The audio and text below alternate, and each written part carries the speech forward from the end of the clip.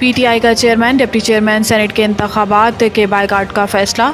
PTI ने chairman senate और deputy chairman senate का इंतखाब इस्लामाबाद हाई कोर्ट में चैलेंज कर दिया। पीटीआई के 5 सेनेटर्स की जानिब से दायर दरखास्त में मौक़िफ़ इख्तियार किया गया है कि आइन के मुताबिक सेनेट अरकान की कुल तादाद 96 है, जिसमें तमाम सूबों की यकसा नुमाइंदगी है।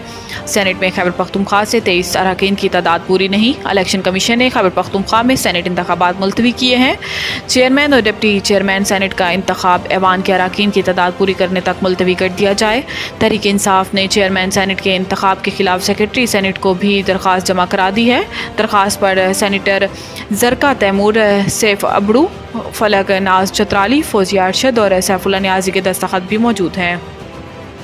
इमरान बुशरा बीबी मुलाकात ना कराने पर तौहीन अदालत की दरख्वास्त दायर करने की हदायत। साबिक वज़ीर आज़म और बानी चेयरमैन पीटीआई इमरान खान की इनकी अहलिया बुशरा बीबी से मुलाकात ना करवाने के अदालती हुक्म पर अमल दरामद केस की समाअत हुई, जिसमें जस्टिस मियां गुल हसन औरंगज़ेब ने इस्तफसार किया कि अदालत के हुक्म पर अमल क्यों नहीं हुआ।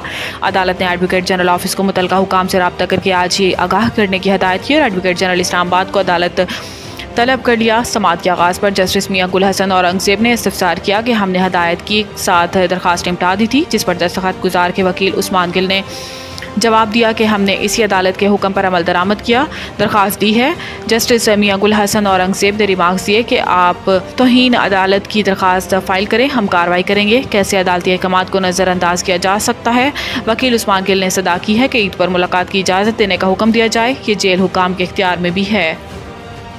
IMF का क्रिप्टो पावर प्लांट्स के गैस टैरिफ RLNG के बराबर करने का मुतालबा। IMF ने हुकूमत से क्रिप्टो पावर प्लांट्स के लिए गैस टैरिफ में 1 जुलाई 2024-25 से RLNG की कीमत के बराबर इजाफे का मुतालबा किया है। ताहम वज़ारत तवानाई के सीनियर हुकाम ने बताया है कि मुल्क की सनत जो क्रिप्टो पावर प्लांट्स चला रही है का यकीनन इस पर सख्त रद्द-ए-अमल होगा, लेकिन हुकूमत के पास क्रिप्टो पावर प्लांट्स के लिए गैस की कीमत RLNG की कीमतों के बराबर बढ़ाने के सिवा कोई चारा नहीं बचा। जैसा कि CPPs की कारकर्दगी 30 से 35% है और ज़्यादातर CPPs सुई सदरन नेटवर्क में नस्ब हैं, जिनके गैस टैरिफ में इजाफा किया जाए। हुकाम वज़ारत तवानाई का कहना था कि हुकूमती ओहदेदारों ने CPPs को कौमी बिजली के ग्रिड्स पर मुंतकिल करने के लिए IMF से दिसंबर 2024 तक का वक्त मांगा था, जिससे कि इनमें से बहुत से नेशनल ग्रिड से मुंसलिक नहीं हैं। लेकिन IMF इस बात पर जोर दे रहा है कि 1 जुलाई 2024 से लागू होने वाली RLNG की कीमत तक इनके टैरिफ में इजाफे के साथ ये काम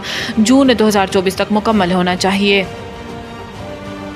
अपने फ़ैसलों की मुझे बहुत बड़ी कीमत चुकानी पड़ी। Chief justice Peshawar high court full court reference की तकरीब से खिताब करते हुए chief justice Peshawar high court justice Mohammad Ibrahim ने कहा कि अगर कोई साइल समझता है कि इसके साथ इंसाफ नहीं हुआ तो क़यामत के दिन हाजिर हूँ। 31 साल के अरसे में 15,000 फ़ैसले दिए। जस्टिस मोहम्मद इब्राहिम ने कहा है कि 15,000 फ़ैसलों में 509 फ़ैसले सुप्रीम कोर्ट में चैलेंज हुए। इनमें से भी 279 को अदालत उज़्मा ने बरकरार रखा। पिछले कुछ अरसे में हमने कानून के मुताबिक फ़ैसले किए, मगर हमें सियासी जमात से मनसूब किया गया। हमारे कानून के मुताबिक फ़ैसलों पर सियासी जमातों की जानिब से तनकीद की गई। इन्होंने कहा है कि इन फ़ैसलों की मुझे बहुत बड़ी कीमत चुकानी पड़ी है। हमने आइन और कानून के मुताबिक फ़ैसले किए। हाई कोर्ट पर 10वें नंबर का जज था जब मुझे आर्मी पब्लिक स्कूल कमीशन की इंक्वायरी सौंपी गई। कमीशन की इंक्वायरी में हमने APS फैमिलीज़ और दीगर गुआहान के साथ आर्मी ऑफिसर्स के बयानात भी रिकॉर्ड किए। Chief justice Peshawar high court ने कहा कि senior justice Ishtiaq Ibrahim Peshawar high court के नामजद चीफ जस्टिस हैं। इनके लिए नई ख्वाहिशात का इजहार करता हूँ। पेशावर हाई कोर्ट आइन और कानून के मुताबिक फ़ैसले करती रहेगी।